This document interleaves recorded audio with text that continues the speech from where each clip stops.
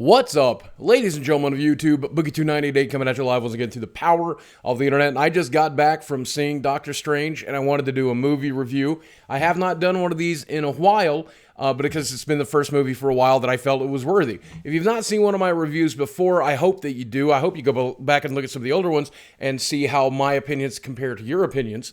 But that said, if you have not seen one of my movie reviews, I will do the first portion of this movie review entirely spoiler-free. Then I will move good old Benedict Cumberbatch to this side of the screen, as a warning that in case you jump around this video, you will not get spoiled unless you go to the part of the video that has him on that side of the screen. So when it's spoiler-free, he'll be over here. When it's spoilerish, it'll be over here, and I'll do the spoiler-free part first. And let me go ahead and say that I had zero expectations about Doctor Strange. Here's what I knew about Doctor Strange going into the Marvel Universe. I knew that he was a powerful magician.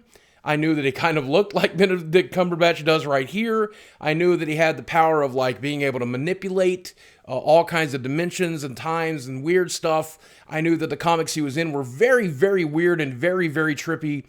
And that's pretty much it. So as for supporting characters and secondary characters and even really the character himself, it was all completely brand new to me. So if you're a comic buff, if you know him from the comics, please understand our opinion and your opinion may not coincide. But I did watch a couple of trailers going into the movie, enough to know that I was interested in watching it. And I have to say the movie is very, very, very true to those trailers. The trippy graphics and the trippy ideals and the story plot line and the acting and everything else is pretty much spot on. And that is to say, the movie itself is pretty much spot on. The cinematography is fantastic. Very, very similar and reminiscent of Inception. If you like the cinematography in that movie, you're definitely going to like it here.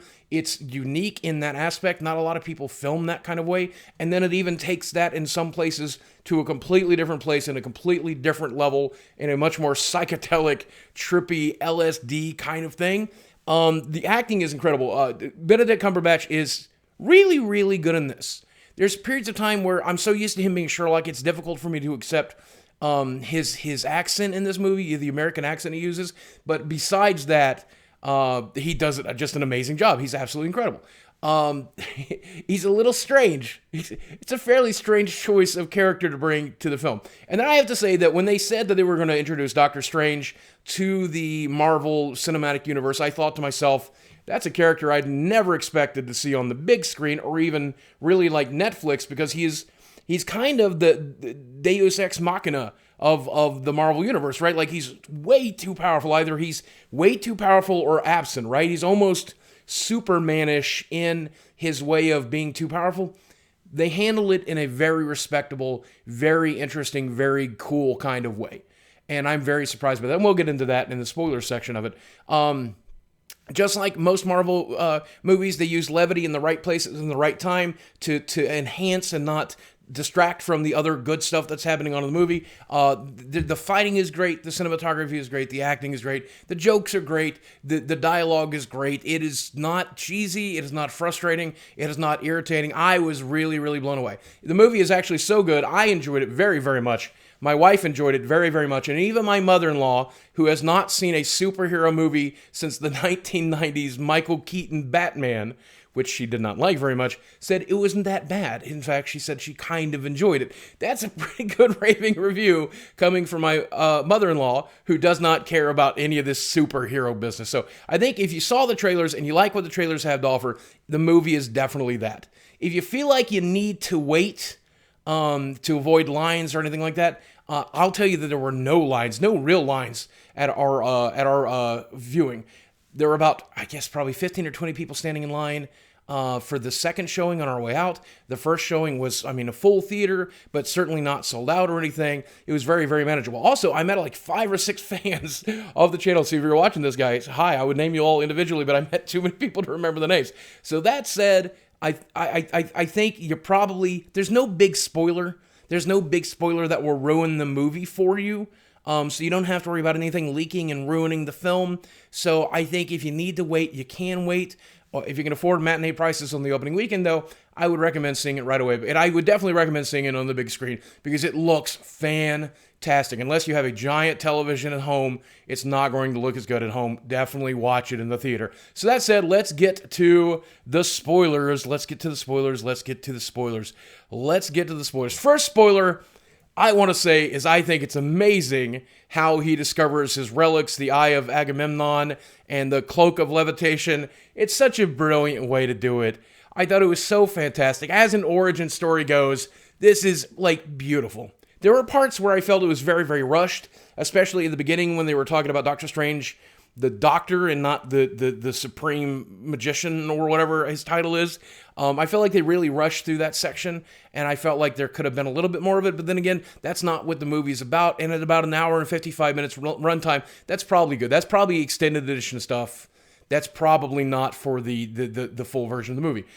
I love the fact that they kept, what I understand is the premise from the comic books, that he ends up shattering his hands. He has to go into the world to find healing options that are not available through Western medicine, and that he ends up completely unknowing everything he knows. I mean, it's good. It's good. As I said earlier in the non-spoiler section, the biggest concern for me when it comes to a character like this is creating a Superman character that can be non-interesting. But they do a very good job, I think they do a very good job of saying that every time you break the natural rules, the natural laws, that the bill becomes due and you have to pay that bill, and that's the reason you can't do that kind of stuff. And so, yes, he can ultimately be an absurdly powerful character that can alter time itself and things that have happened. Tony Stark dies, Tony Stark doesn't die because Doctor Strange was around. Obviously, he can just warp the world entirely, but also at the same time, at what price? I love, of course, as always, I love the idea of mortality and immortality, and that's a big, big theme in this movie, and I think it's really, really well handled. I think it's really, really interesting. I think the fact that they push the premise that death is what gives life meaning is fantastic.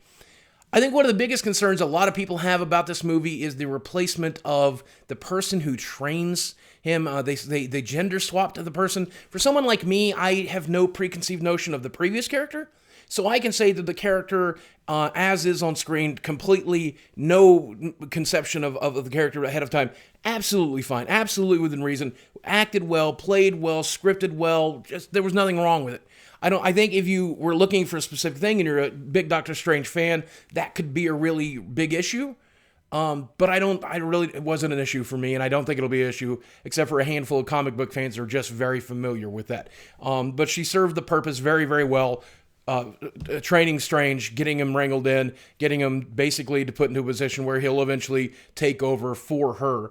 And of course, her death does happen in the movie, and that is really, really, really surprisingly well done. Like, I loved that moment of the movie. It was one of the better sweet moments of the film.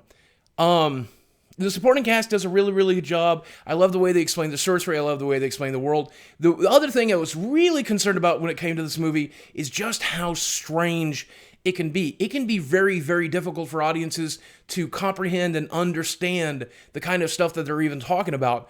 And they don't push the byline too much. They just kind of throw you at it and throw it at you, and then it's whatever sticks.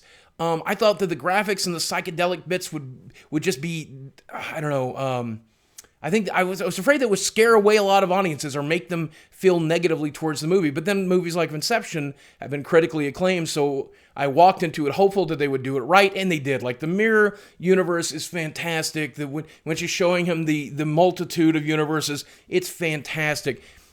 Everything about this movie was really, really good. And it's so funny because I don't believe Marvel really believed in this movie. That's why I think it was slotted for a November release. This could have easily been a summer release and easily been a blockbuster. And obviously the reviews are good, like 90% of Rotten Tomatoes right now. And obviously I have a very high impression of it. Everybody that I saw it with had a very high impression of it. I think they were afraid that it was going to be too strange for audiences, and it turned out to be just strange enough. So that's my opinion of the movie. I do think you will regret if you don't see it in the big screen, because the graphics and the fight scenes are worth seeing on the big screen. It'll be fine if you don't worry about that much. I had trouble following the fights, but I do a lot of the times these days with this old brain of these old eyes of mine. The fighting is not generally why I enjoy these movies, even though it's still very welcome and very fantastic. But graphically, the detail on these like mirror universe scenes and these trippy multiverse stuff is incredible. I think you really should consider seeing it in the theater, especially if you've enjoyed these spoilers. I think that you'll probably regret it if you don't. But that's one man's opinion. I could be wrong. If you have seen the movie, let me know in the description box below. If you haven't seen the movie and you don't plan to, let me know why. And, if you're just waiting for it to come to home theater, I understand that. Like I said, no huge spoilers. Even and the spoilers that I could give you here should not ruin your enjoyment of the movie. Guys, thanks for watching. I love you very much. I'll speak with you again soon.